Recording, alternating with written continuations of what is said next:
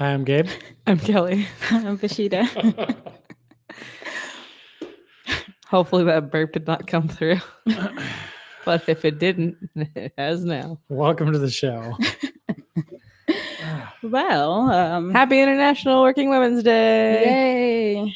Yes. March is a fun month. It's like a lot going on in March, right? Spring, I was theoretically. Yeah. I say as it's snowing outside. Yeah. I was just driving around thinking, oh, March is the worst month. No. April is the cruelest month. Get on board. Okay. Yeah. Okay. But March is busy for sure. March is busy, yes. Yeah, we have it's Women's History Month. It's International Working Women's Day. It is nearing the end of Women of Color History Month, which Yay.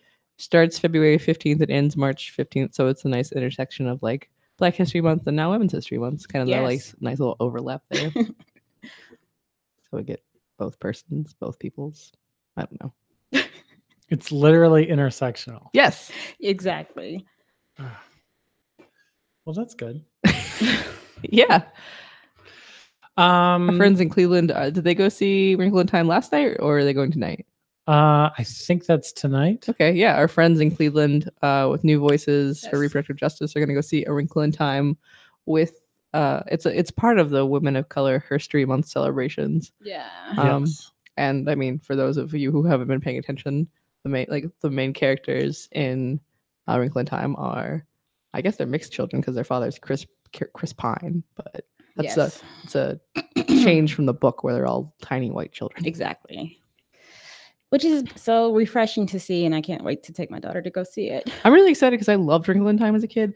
I will say that I wish that the dad had been black and the woman had been and the mom had been white, only because it was a main part of the book that Meg was really sad she never had her mom's red hair. Oh, so like it's just a slight quibble that I have. I'm definitely like for diversifying cast, but I was just like, no, that's the main part going. Oh, it's fine. Yes, Kelly. She will get over it though. Yeah, I will. Yeah, my son is reading A Wrinkle in Time right now also. So our whole family is like, okay. As soon as you finish this book. I'm not sure if I ever read it. I bought the box set for my baby. Oh, not that he can read it yet. You can read it to him though. Yes. Oh. Yep. He's gotten through 2 Harry Potter books so far. So that is so cute. Nice. I haven't even been through Harry Potter, so good for him. I know. Don't laugh at me. So behind. Yeah, the screening tonight, it is this evening, March 8th. So odds are, if you're listening to this, it's too late for you to go. Is up at Shaker Square Cinema. It's an early screening. The movie is not yet in like real theaters yet. But New Voices has an advanced copy. Apparently there's some kind of outreach program with the studio that's putting the movie out to get copies in the hands of different organizations, presumably, organizations representing women of color. Did you see that they were doing that for Black Panther too? They were fundraising for like underserved communities to go like see the movie. Yeah, to be able to take kids to go, and it was an amazing thing to do. Yeah, see themselves represented on the screen. Yeah. So, did we talk about Black Panther? I don't know. I don't think we did. We should talk about. I haven't seen it. I haven't seen it either. What? Is it? Oh, it's so good. It's great. Did you go see it with the boys? Yes, we took the boys opening weekend. We went Sunday morning. I don't know. See, I don't know if my kids are old enough to be interested. Like, I don't know if they will be interested. Yeah. I feel like you should try and go see it. Really? At least like a Sunday matinee. So if they're like, no, I Mom. would. I know that. I think that's a good idea. I wanted to wait till it wasn't a lot of people though, because Yeah. When we went to a noon showing on Sunday. So yeah, I mean, normally the movie theater is pretty dead around then. Yeah. And the theater was half packed, and it was in like the biggest giant theater in our multiplex. Okay. And when we exited the screening for the 3:00 show after us, the line went like out the door and down the hall. Oh, dang. So going to the 12:00 showing was a good way to go. Yes, it was. Yeah, no, I really want to see it, but it's really hard to get out when you have an infant. Yeah. Yeah. But no, we were fans of the seeing the big action movie Sunday morning. That's when we hit it. But yeah, terrific movie. I mean, it Yeah. I know I'm not like, the first one to love Black Panther. Really great movie. I don't even really like Marvel comic book movies, but this still was really good. It was really entertaining. If you have smaller kids, there's, it's a comic book movie, so there's Right. fighting and, Right. pew pew. You see, like your boys are at a perfect age to enjoy that, I think. Right. Yeah. 3rd and 4th grade, right around there. They loved it. They thought it Right. was terrific. It's got really compelling backstory of the characters. Right. My favorite character, Black Panther, has this sister, and she's Shuri? she's the tech genius. And so if you've ever seen the James Bond movies, he always goes at the beginning of the film to Q, and Q gives him like all the gadgets. Right. Well, his sister is the one who like does all the gadgets, and she's great, and she cool. steals every scene she's in. So she's my favorite character. I want to go see it. I can't wait. Yeah, highly recommend it. I want to see that, and I want to see The Shape of Water. Movies that are not at all related. I don't understand this fish film. I still want to see it. No, my aunt said it was horrible. She just told me the other day, she said, do not see it. She was like, it was the worst. Oh, yeah. Sorry. I didn't mean it. Okay. I just want to put I'm that waiting out there. for it to come to Netflix. I'm not paying to see a fish movie don't. in the She theater. said, yeah. She was like this. She was like, if you haven't seen it, don't waste your time. Jamie said she liked it more than she thought she would, which is high Oh. praise from Jamie. Oh, well, maybe it's just the individual. I imagine. don't know. I imagine it's not for everybody. Yeah. I don't know. I wasn't sold on the previews Yeah, that I've seen so far. It's a Guillermo del Toro movie, right? Yes. I like his stuff. So Yeah. I mean that like I said, I'll watch it when it comes to Netflix. Exactly. Kind Yeah. of wait on that one. Yeah, Like, that's it's not fair. priority. Yeah. that's fair. We could talk for a minute about the Oscars. It won Best Picture. That's what I heard. Get Out did not win Best Picture. I was disappointed, but Jordan Peele did win for Original screenplay. Yeah, that was which is terrific. It's the first time a Black man's won for screenplay. That's dope. I love Jordan Peele. I love pretty much anything I've seen that he's done. I loved Keanu, and I'm not sorry about it. But I also really enjoyed Get Out, and I hated that it was listed as a comedy for what, Grammys, Golden Globes, because like, okay, sure, in some roundabout way, but it was definitely like a horror film. Yeah, and I wish it had been like appreciated as that. Yeah, a comedy, but okay.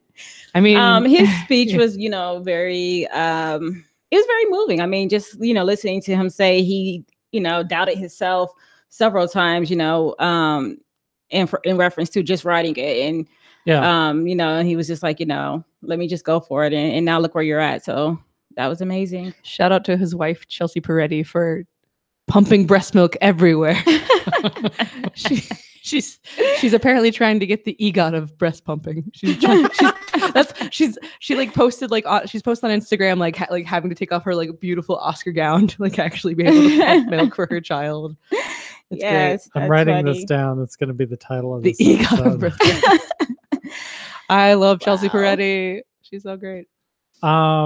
She is good. Jordan Peele. If you look around on YouTube, there were some videos after I watched the movie. I was watching all of the things where people just ask him questions, and I think it was Vanity Fair had one where they were asking him to look at all of the conspiracy theories about the plot of the movie, and just all the little details and all these fan theories, and some of them was like, no, this is stupid, you're just making stuff up. I love fan theories. And then some of them he was like, yeah, wow, you've really gotten in an easy one was in the background when they're at the airport, you hear the flight number called, and it's flight 237, which was the door number in The Shining in the hotel room. So little Easter eggs. Yeah, little Easter eggs. Interesting. And some of them the fans came up with, and he read it, and his eyes got real big. He's like, yeah, I planned that.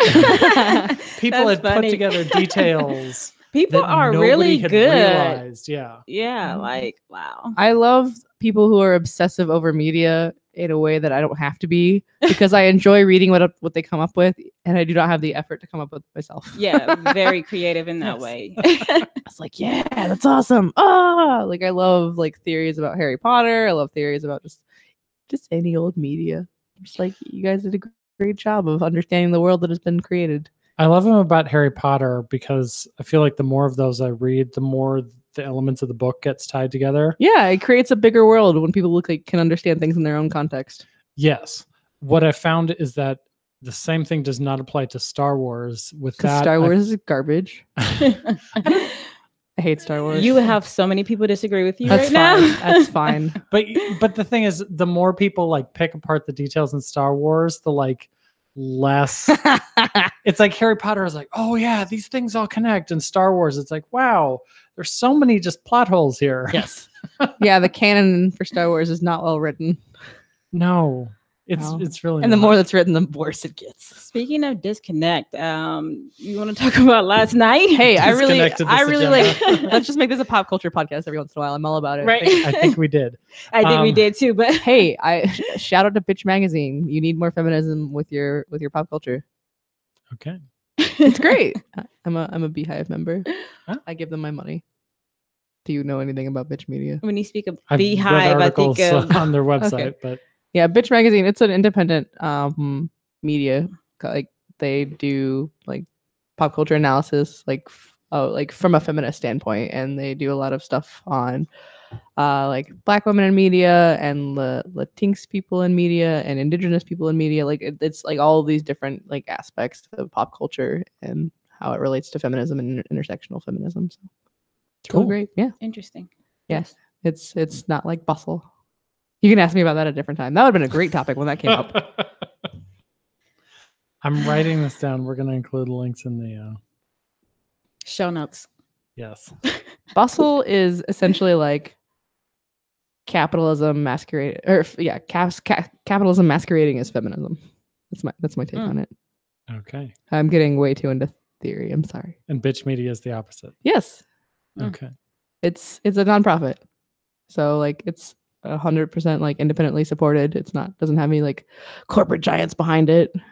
So Yeah, I've seen articles that people share on Facebook and Twitter, but I always just assumed, oh, it's another blog. So no, okay. I can give you some articles of the shakedown between Bustle and Bitch. It's great. Okay. And by that I mean it's very frustrating. Yes. Links in the show notes. Yeah.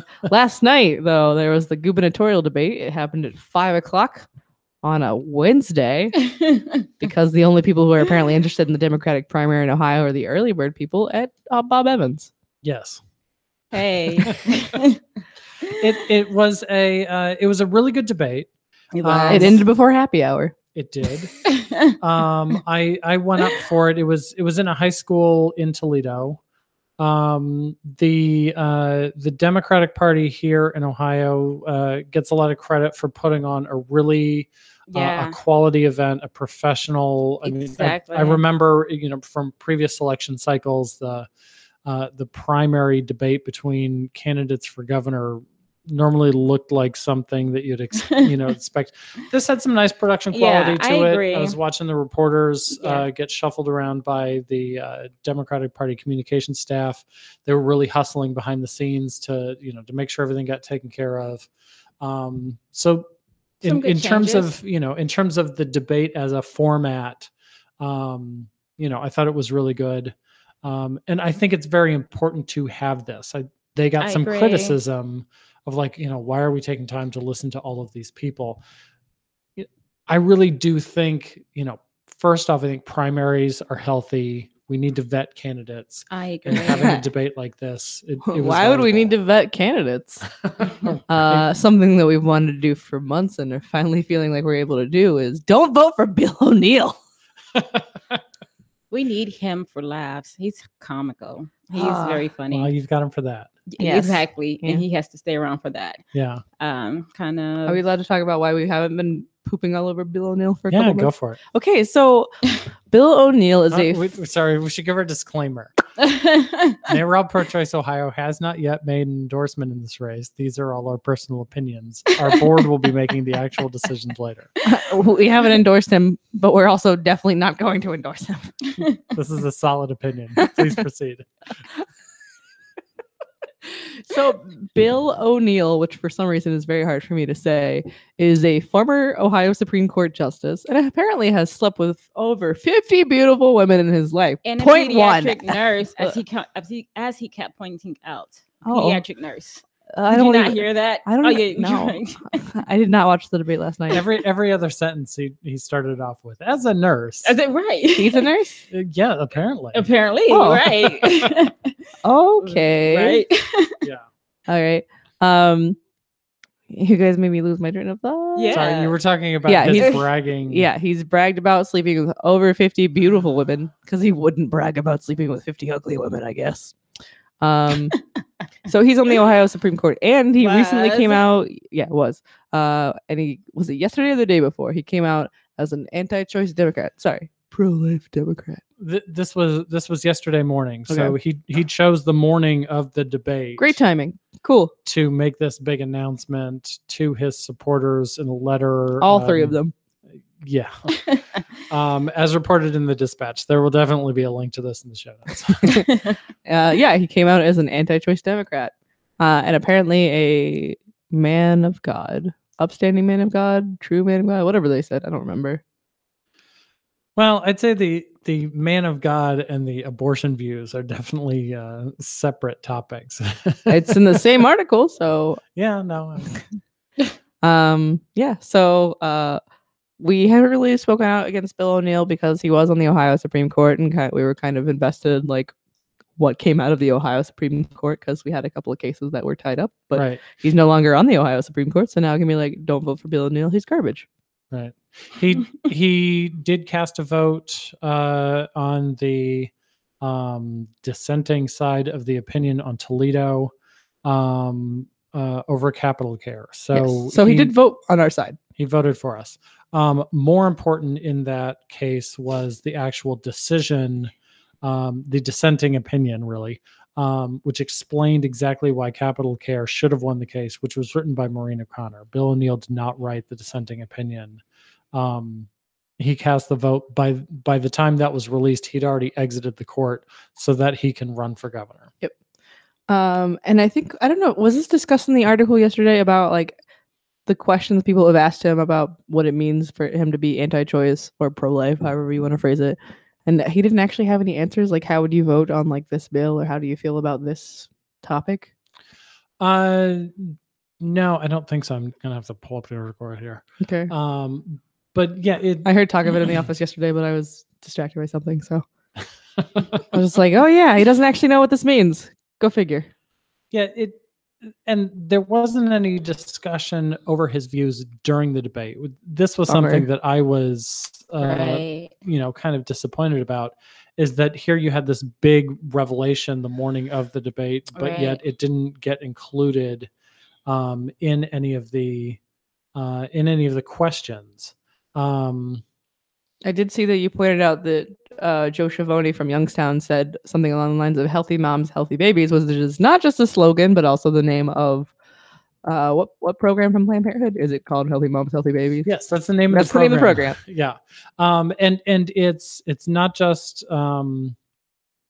it's not a statewide program for them. It is centered in Youngstown. Joe Schiavoni, he definitely got points from me for naming. He knows what Planned Parenthood program works to prevent infant mortality. He has to know it. It's in his neighborhood. Right. Yeah. I mean, I think, him and Rich both did a good job of bringing that up when they were asked about infant mortality. I think that was the actual question that Richard Cordray was asked. And when he was asked a question about infant mortality, he did bring up having that women should have the proper services that they need to make sure that they have, healthy pregnancies. And he did bring up that, reproductive having the proper resources and things you need for reproductive access was part of that. So I think they both did a good job at that. Of course, no one else mentioned anything along those lines. So it did come out like they've I don't remember. I think the program might be called One, or like it's something about like making sure your child is alive by their first birthday. Oh yeah, and so I think it's like celebrate. You celebrate one. That's right. Like that, yeah. They came out with like a study on their numbers since they implemented this program, and the statistics are showing that it's working for the people it's supposed to work for. So there is a decrease in sleep-related deaths, but it hasn't really made a difference among Black mothers specifically. Right. So it's working who it's supposed to be working for, like the people who like are at risk for sleep-related deaths, but like there are still issues that are unresolved within like maternal health and like infant mortality, especially as it relates to Black women in Ohio. Yes. When she's available, we're going to have Jessica Roach come on the show, hopefully in the near future. I will have to do my research for that show because she knows what she's talking about. Yes. She's the executive director for Root.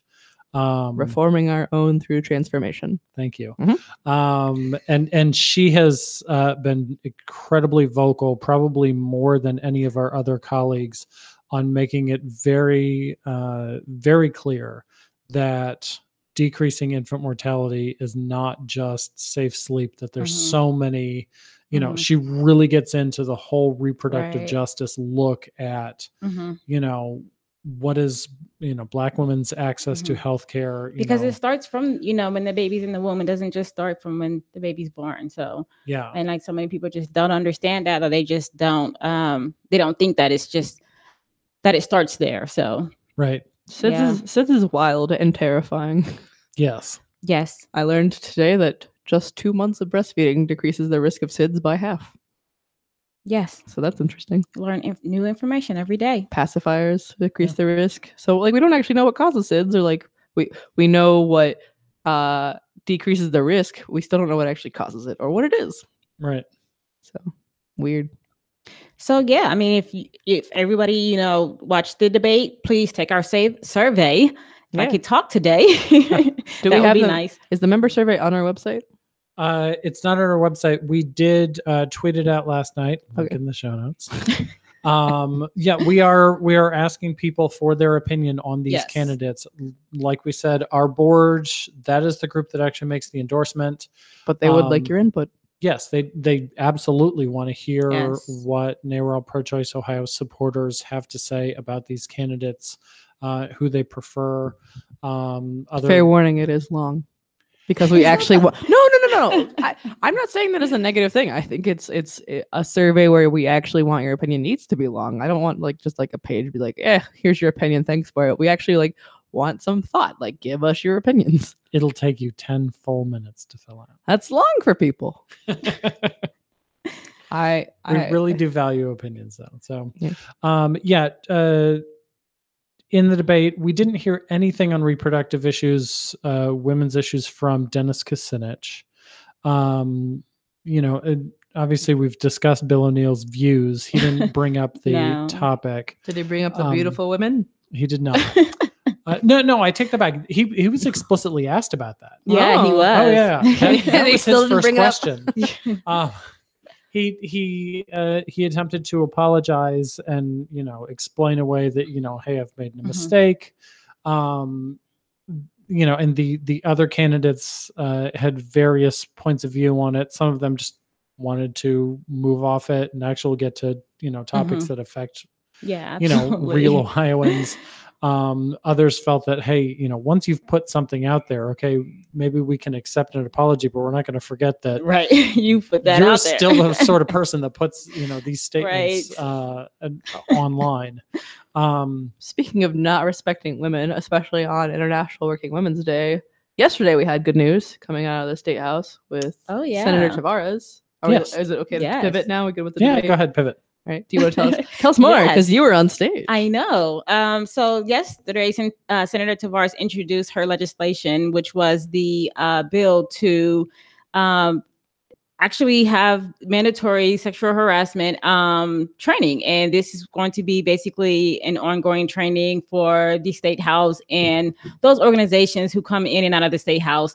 And it's basically to keep everyone safe. So, so that would include us, wouldn't it?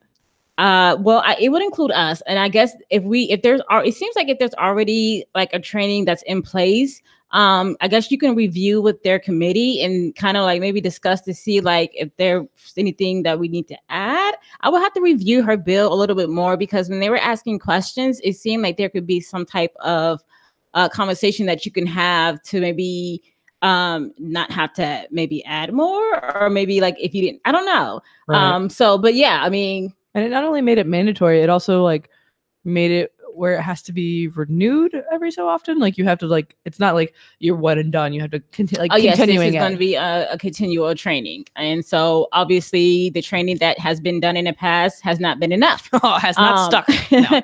And Senator Thomas made that clear. And he even challenged his male colleagues to join him in on this fight that is happening right now, because he was the only male there, and it just doesn't seem like any. I have to say that they don't, per se care, but maybe they aren't taking it as serious as he is. So Senator Cecil Thomas of Cincinnati. Yes, and there was another senator that I think is helping. Senator Williams was up also there as from well. Cincinnati. Yes. Senator Williams is actually from Cleveland. Oh well, on the paper it said Cincinnati. Oh yeah. Well, we have the 3 major cities represented then. Absolutely. CCC, 3 C's. Yeah. Don't let Toledo people use that. I said 3 major cities. Yeah. It was a very good event. You were on stage. Yes. Vashitta also.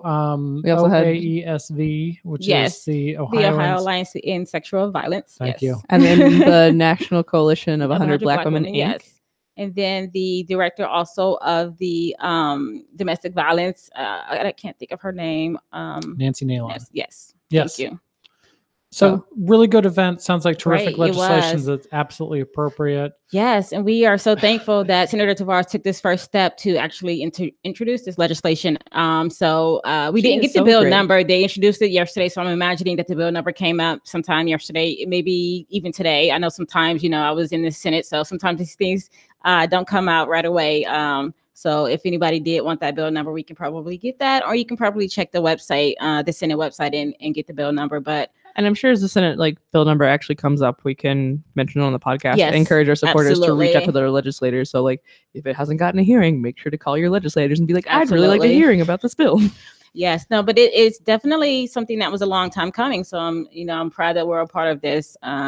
I think it's, especially if it gets a hearing, I think it'll be a good way to hold some of our legislators' feet to the fire. So far, there is not bipartisan support. Only all of the Democrats have signed on. But I mean, like she said yesterday, this is not just a partisan issue. This is an issue that's all across the board. So. Oh, yeah. I mean, there are harassers from all sides of the aisles. So exactly. This is Senate Bill 270. Yes. 270. All right. So call your legislators and ask for a hearing on my parents' address. 270. So major highway. I know. Like maybe it's a lucky number. Yeah. Okay. Well, sorry. No, that's okay.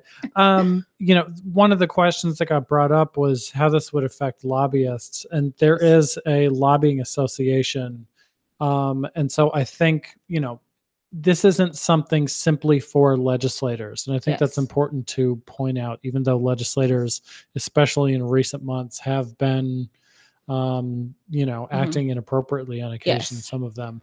Breaking their ankle, But, there's legislators, there's legislative staff, there's other state employees, there's lobbyists, which technically doesn't include us, but correct. We're some of the. Isn't Jamie technically a lobbyist? Yes, he does have a lobbyist. Specifically us 3 here. Okay. Yes, but there's a lot of people who do go in and out of that building on a regular basis, and they still can act just as they still can have inappropriate behavior. Tacky. So yes, and I know that I have seen firsthand. Yeah, there has been inappropriate behavior in that building. Yeah, and it's like I've seen it too. Yeah, absolutely. Yeah. So, and from other people who work there who aren't just staff, who aren't staff of the Senate, and that could just be. I'm not even going to mention, but what I mean. I've seen other people who work in that building, be it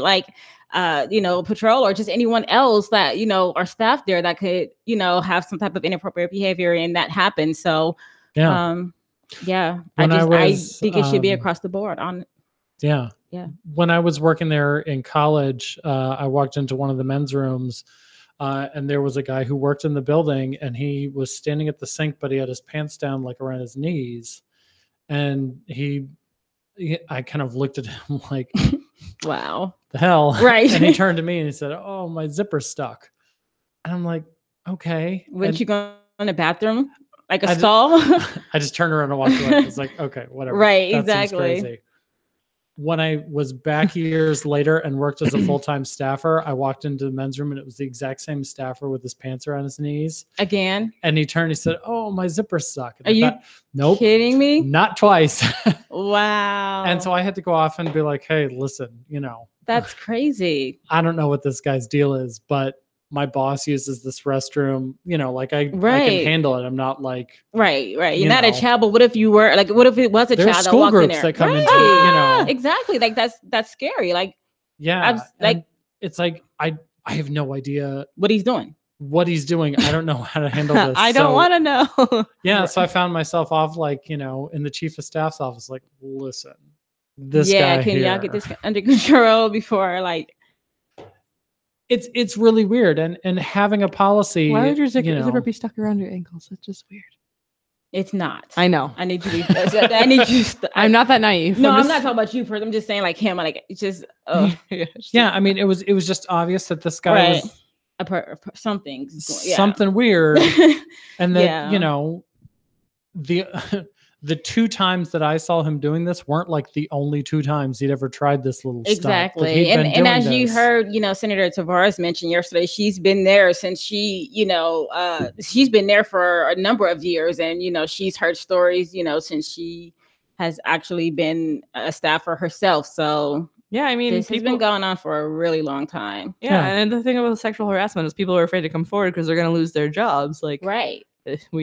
Or they have dreams and aspirations of becoming a legislator, and they're not going to, they think that they're going to face some type of repercussions, or they're not going to become one, or, just whatever the situation is, they don't want to come forward. So, yeah. I mean, me walking into this weird situation in the men's room, relatively minor, but, it's important that there's a way of reporting things that are as seemingly as, minor as this. Right. As we have a colleague from another state who was actually raped in a state house, in one of the Plain states. And so, there's a huge spectrum of different offenses, and there definitely needs to be mechanisms for people to report this sort of behavior. Like no HR department that you can actually go to really properly report something. What? It's really weird. I mean, there's like a human resources staffer, but everybody technically works for the chief of staff. And even as a senator's aide, your senator, while that's the person that you work for and you'll refer to them as your boss, that's not the person that you actually have to report things to. Yeah. It's a weird system. It's really weird. And it's not the minority chief of staff or minority, as a Democrat, I had to get approval for my job from the Republicans chief of staff. Yeah, exactly. It is really weird. It's how, exactly. And it's kind of intimidating, to be honest with you too, especially if you don't know that person or don't have a personal relationship. Like you're not going to feel comfortable talking to, or, I'm the only reporting one something, or like, it's just, it is weird. So it's an odd thing. It's not like a normal. I did sort of have an interview with a HR staffer system at the state house with your former boss. He's a weird man. Yeah. Very. One of the weirdest. Kind of glad it didn't work out. The weirdest. No. I mean, he was nice, but can you imagine different being a legislative aide and being older than the senator you're working for or the representative you're working for?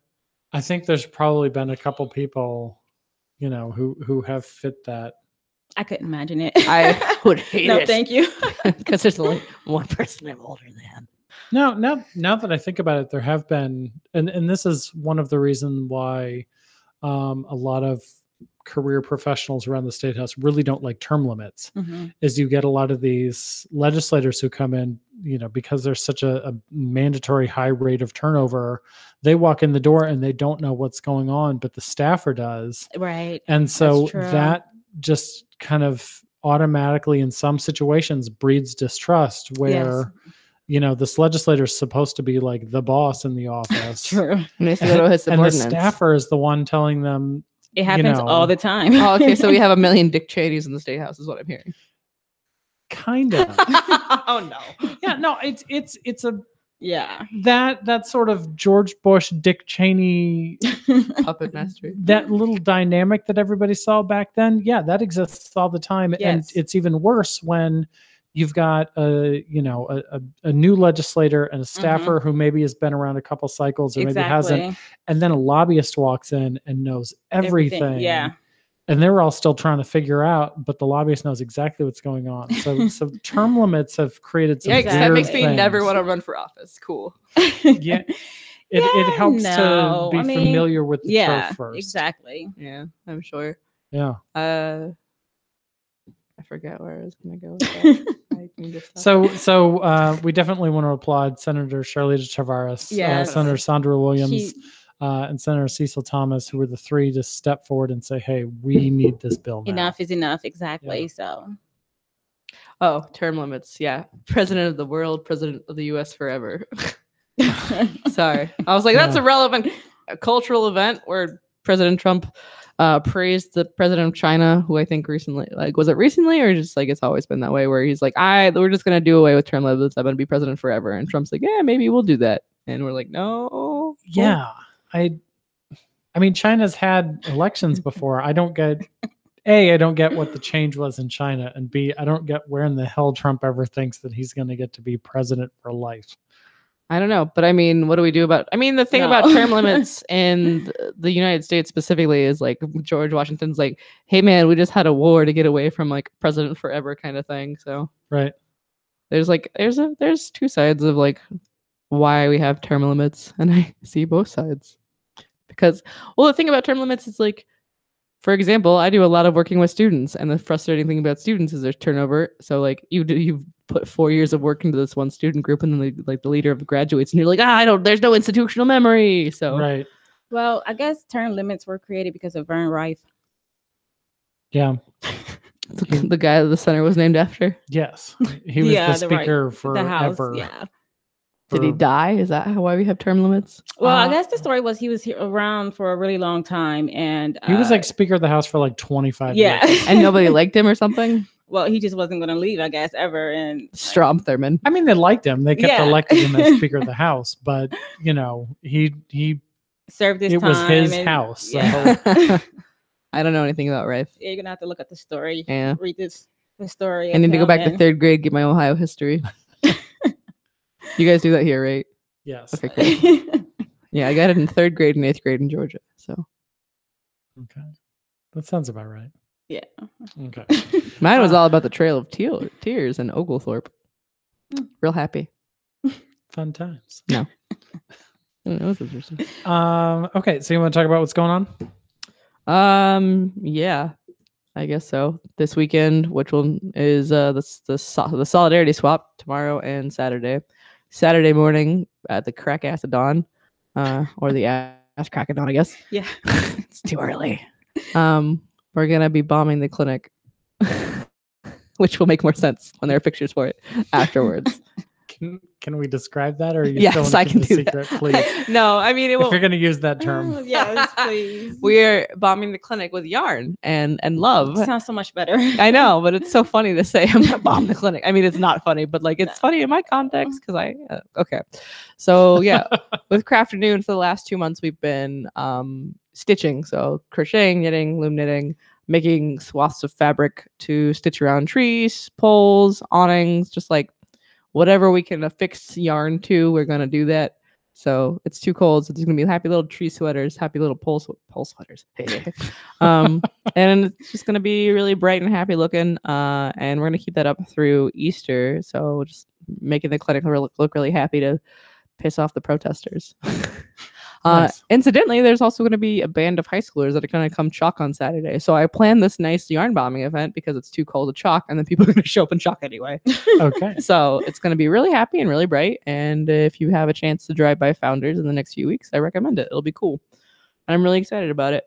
Yeah. Otherwise, the swap is this weekend. Drop off your clothes on Friday. Pay $10. It's an all-you-can swap buffet. So get new clothes. This is at St. Stephen's Episcopal Church in On Columbus. campus, yes. And then March 25th, there's going to be a Boston Stigma Burlesque show. This is the second year we've done this. It'll be at Bossy Girls Pinup Joint, March 24th. Doors at 8, show at 9. Hopefully home before 1. It's a burlesque show, so there's going to be people dancing and taking off their clothes and doing comedy. And it was a really good time last year. All the proceeds go to Women Have Options for my bowl-a-thon team, which is fun. So, does your bowl-a-thon team have a name yet? I'm on Michelle and Clarissa's, so I'm on Turbulently Annoying. Okay. Yes. And then April 8th is going to be the next Crafternoon. We're not doing it on April 1st because we don't do it on Easter. So April 8th. And then April 10th is Freedom of Choice Ohio Advocacy Day. So that'll be a really good time. Yes. And have I missed anything? I don't even know. Probably. No, you're doing good. Yay. For my Advocacy Day, yeah. Advocacy Day, one of our most important days of the year. This year, people are going to be coming to the Columbus Athenaeum. It's the same venue that we were at last year in downtown Columbus. Meeting in the morning, 10 a.m., getting some training, talking with other people that are from their same districts, ideally, learning about the specifics of the legislation that we're facing, learning how to talk to legislators about these issues. Yes. Little box lunch, little go over to the State House, all the signs, do the rally on the State House steps, and then head off to meetings, which somebody else is scheduling the meetings, not me. Probably me. Not it. Probably me. Yeah. And then coming back to regroup at the end of it. So really important day to make sure that legislators hear from supporters of all of the different groups that make up the Freedom of Choice Ohio Coalition, which is just a swath of acronyms. Yes. Links for all of these events, especially to register for Lobby Day, is in the show notes. Yay! Woohoo! Okay. Bye. So that's a month out. Bye. See everybody next week. Bye. Bye.